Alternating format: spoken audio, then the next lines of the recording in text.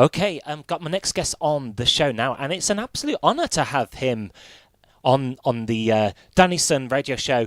A bit of a legend, actually. On the line now, the studio hotline, we have Jeremy Healy. Good afternoon, How, Jeremy. how you doing? Yeah, I'm very well. How's yourself? Good, good. Getting old. Getting old, getting on a bit, but I'm sure there's still a bit of life left in Do, you yet. do you know? Do you know that Robbie Williams song? He says, Oh "You yeah, get." the old before I die. Is that it? Right? He says, "You're getting on a bit. Do you leave a dent where you sit?" I thought it was quite funny. Ah, what? So, Jeremy, you've got quite an extensive CV. We're going to start from the top. You first came to prominence in a band called Hazy Fantasy. That's right. You're going to have to be really old to remember that. But yeah, I started that when I was 19 years old. So yeah, we were quite successful in the very early 80s.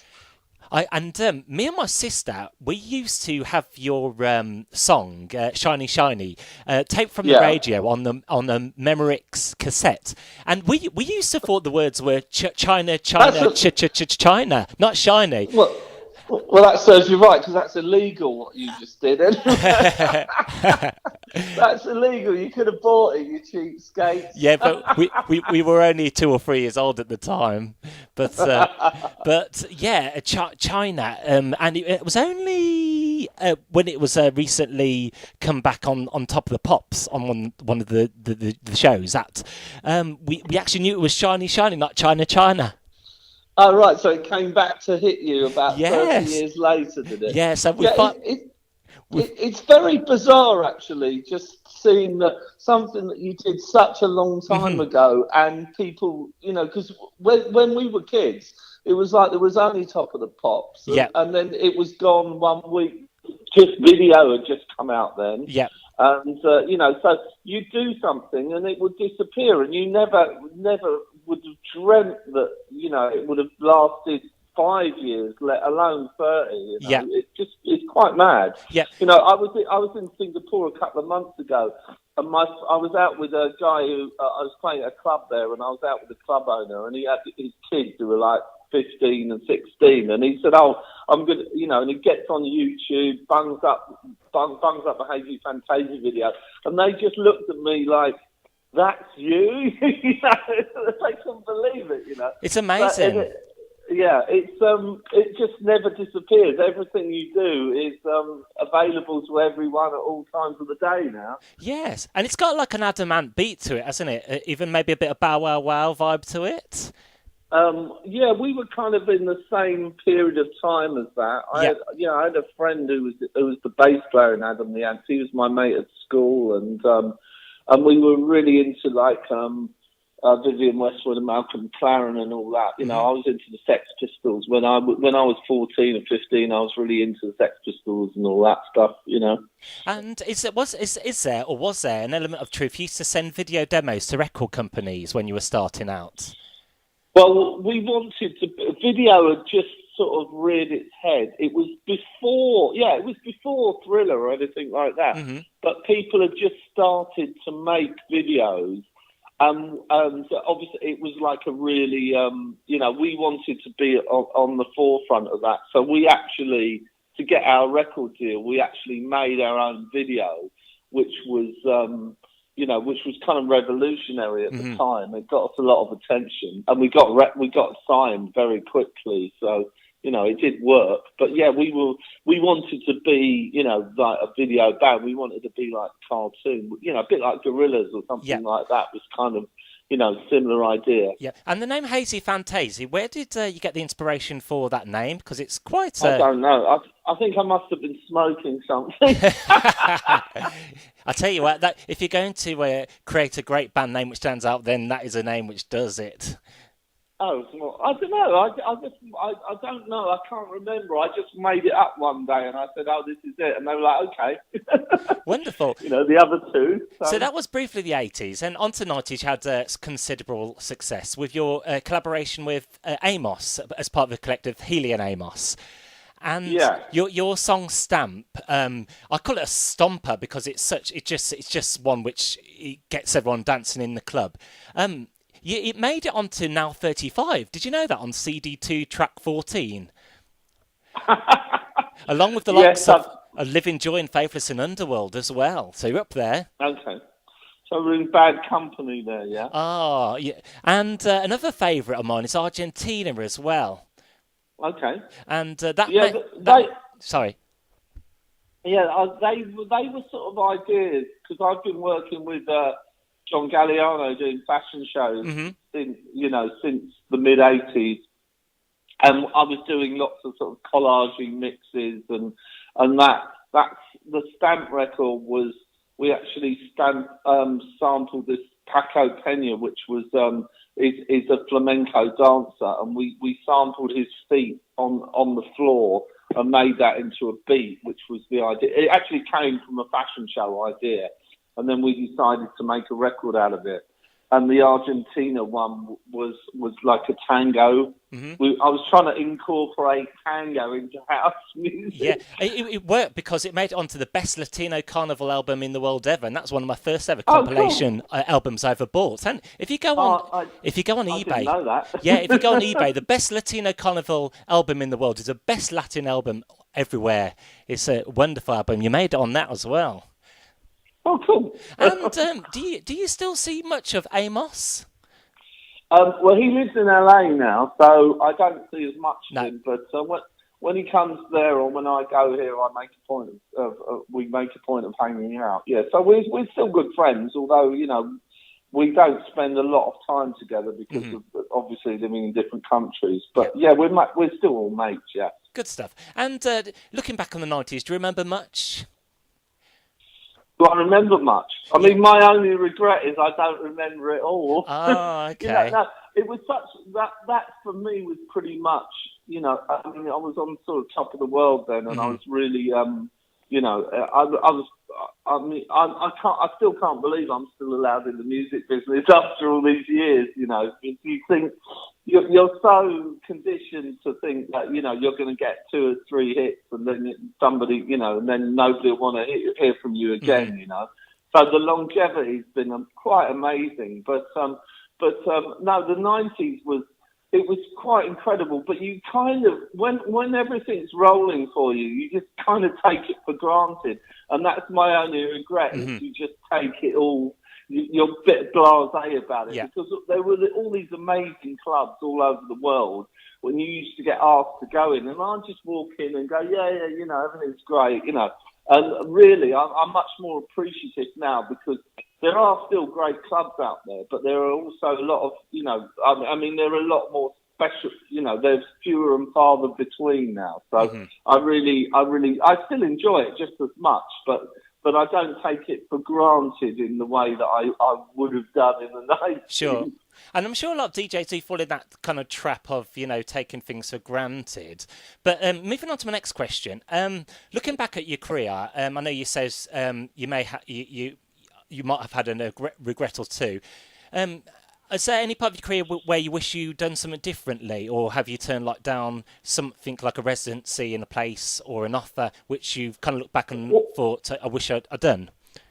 Well, you can never really say that, because it's easy in hindsight, Yeah, I did turn stuff down that you think maybe, you shouldn't have done and everything. But you've got to do what you feel's right, I mean, I was offered a job at Radio 1, and then they wanted to tell me what records, where I had to fit in amongst everyone else. And I didn't want to do that. So therefore you get this job that you think, oh yeah, I really want to, it's great, I've got it. And I did think, oh yeah, this is great. But the actual reality of it was quite different, because they want you to position you amongst all the other people and not get out of that little box, So, that didn't work out for me. But then I thought, well, I just said, no, I don't want to do it, and I kind of thought, oh, maybe I should have done. But you've got to do what you feel right, and that's it. And it doesn't really matter if it doesn't feel right. Just do something else, Of course. And moving on to the noughties now, you also had considerable success. Did you wear kind of Gwen Stefani's song? Was it a mashup of Wind It Up? How was that for you? Yeah, that's right. Yeah. Well, Gwen, I mean, she's a real Anglophile, and she loved Hazy Fantasy, and she was like, I met her because her husband, her then husband, was an English guy, and I knew him, Gavin. And so I met her through him, and she was doing a label called Lamb, a fashion label, and she asked me to do. Oh yeah, no, actually, I met her at a Dior fashion show. That's right. Sorry, I forgot.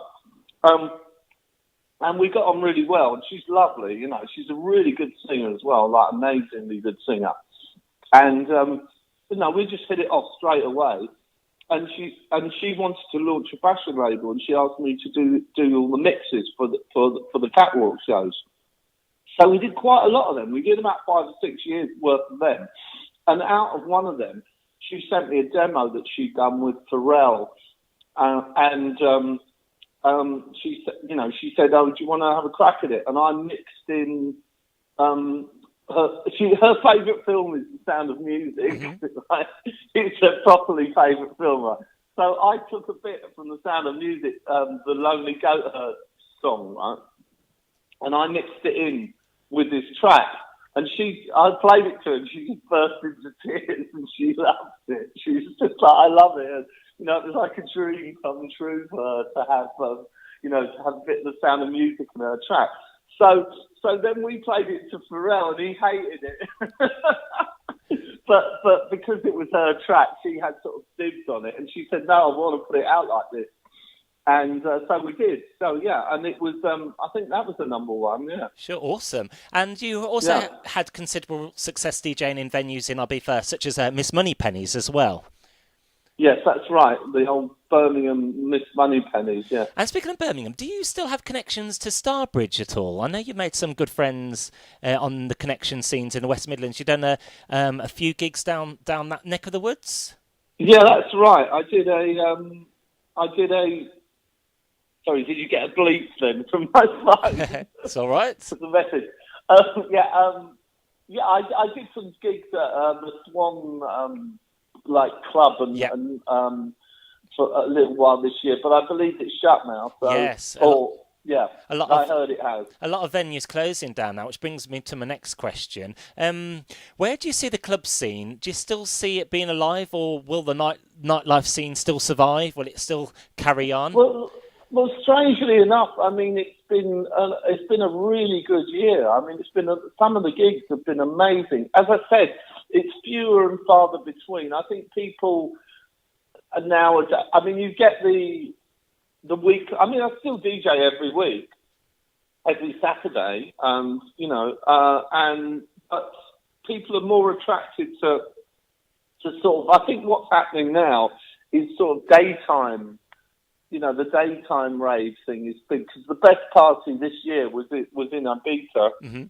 in the zoo in Ibiza, and it was like it started at 2 p.m. and finished at midnight, and I can really see those sort of things happening now, which are quite, and I think they will in England in the summer. Mm-hmm. I think you'll get more stuff like that, you know. Yeah. We actually just did the print works in South East London, which is about 7,000 people. Went to a couple of weeks ago for Clockwork Orange, and that again was a daytime gig, you know. So I think it's sort of going that way. Yeah. So everyone will be in bed by 1 o'clock. That's happy days, isn't it? And so that's that cleared up. Clockwork Orange, is that any reference to the Stanley Kubrick film at all, or is it just completely different? Clockwork Orange is a night that I used to play at. It was a sort of big English night at Es Paradis in San Antonio in Ibiza in the 90s. Mm-hmm. And that was the big night. I mean, I used to get, a good 10,000 people going every week. And I was the resident there. I mean, now they've revived it, and they do something like 6 to 8 shows a year, 8 events, and they're all sold out, and they do really well. People go for the Clockwork Orange Ibiza weekend, and they're going to do a festival next year, which mm-hmm. is Clockwork Orange Festival, a race course, and so they do big events, but they have there are certain DJs, and they're all the DJs from that era. Mm-hmm. And then basically it's getting bigger and bigger. So I don't. We did Australia last year as well. We took it on tour, which is real fun. Fantastic. And you're very interactive with your fans as well, which I can't say not many DJs are these days. You've got a great rapport with your fans. You always reply to their messages. I believe, I just think they pay for my bloody lovely life. So I'm very, very grateful to them that they're still interested, Sure. And if you had to take one 12-inch vinyl to a desert island, what would it be? God. Well, the thing is with music is you wear it out, don't you? So it would, it probably has to be something really sort of pretentiously, like a classical thing. So, because you could listen to it a million times, Sure. Without, so a pop record. That's what I find difficult nowadays about all the pop records that come out. Like people like Drake. I shouldn't slag people off because they're really popular. But those records have only got one or two or three different instruments on them. So I think after I can't see the longevity in that. I don't know. I can't. There's no depth to the music. It's you hear it. I mean, it's brilliant because you hear it all the first time you hear it. The clarity is amazing. And the minimalness of it, but I just don't know if it's going to last. Sure. And the Roland 808. What are your opinions on that? On the what? On the Roland 808 synthesizer. What, the drum machine? Yeah, the drum machine. Yeah. Well, it's a work of genius. Yeah. The guy who made it was a Japanese guy, wasn't he? He made all the sounds, and I think there's a film about it actually. Yeah, I think there is. Yeah. Interesting. And there's a documentary about it. Yeah, sure, quite interesting. And at the moment, there's a documentary on BBC called "Can You Feel It," which is celebrating house music, of the roots of dance music, which is good that it's back in the spotlight. And a few more to wrap up. I think that was made a few years ago actually. Wow. Yeah. And just a few to wrap up. Do you have any gigs now where people can come and watch you, and any websites or Twitter where people can follow you as well? Yeah, I mean, I'm on Facebook, Jeremy Healy, Healy. I'm actually off to Australia for Christmas. I'm going to do a tour over there and New Year. So, but I think in November I'm around. If you want to look on my website, all the dates are on there. That's the easiest thing because I have one every week. Sure. So that's Jeremy Healy. And they're all over England. Yeah. So jeremyhealy.com, and they just follow you on your Facebook page as well. Lovely. Great stuff. Thank you so much, Jeremy. That's a real great interview, actually, and thanks for filling in what the 80s and 90s were like and the club scene as well. Great stuff. Thank you very much. And okay, guys. Keep doing what you do, Jeremy, and all the best. It's too late to stop now. No, keep carrying on. Cheers, man. Take care. All the best. Okay.